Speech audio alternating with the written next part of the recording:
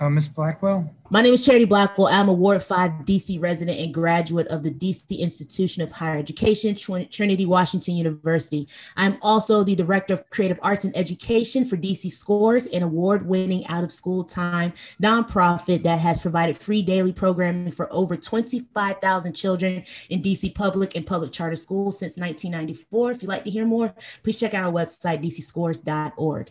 During this past year, grant funding from the DC Commission of Arts and Humanities ensured that DC Scores was able to provide and support teams for every DC child who needs one.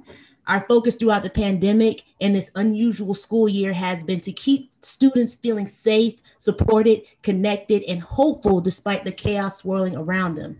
The DC Commission on the Arts and Humanities specifically supports the poetry component of what DC Scores does. That includes the cost of poetry coaches, training, curriculum development. Since the pandemic began, trained DC Scores coaches have led thousands of poet athletes through structured, age-appropriate conversations and poetry workshops about social justice topics that have helped students process the twin pandemics of COVID-19 and systemic racial injustice. Even though DC Scores teams have not been able to meet in person this year, they have continued to meet virtually.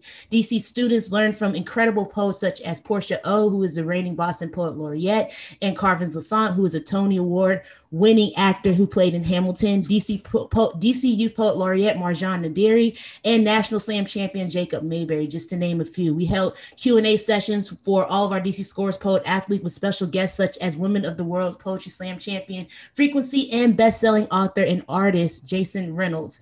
These initiatives were made possible thanks to the DC Commission on Arts and Humanities fundings. Our kids are able to be exposed to the highest quality of programming for poetry possible.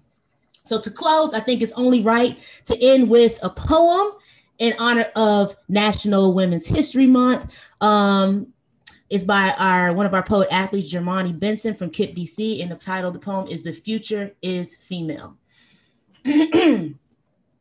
If I am the future, we should start with female, which should teach girls to be somebodies instead of somebodies. We should teach girls to empower, devour, and take control, because you are more than property and propaganda. You are more than dishing tea in a proper manner. You are strong. You are wild and free to be anything you dream. So if I am the future and the future is me, it will be female, and it will start with the simple feat of masculinity. Place it in my palm and tell me, are you feeling me? Pace it in my palm and tell me, are you done killing me? I am 15, a female, so tell me, are you worth my energy? We've sprouted from these truths, and we are rewriting history. We are planning the next century, a century where I believe women will stand in victory and write history with the sparkle pen, letting the world know that we have left our mark by simply holding each other up and showing some sympathy. Thank you, and that's all for me. Thank you, Ms. Blackwell.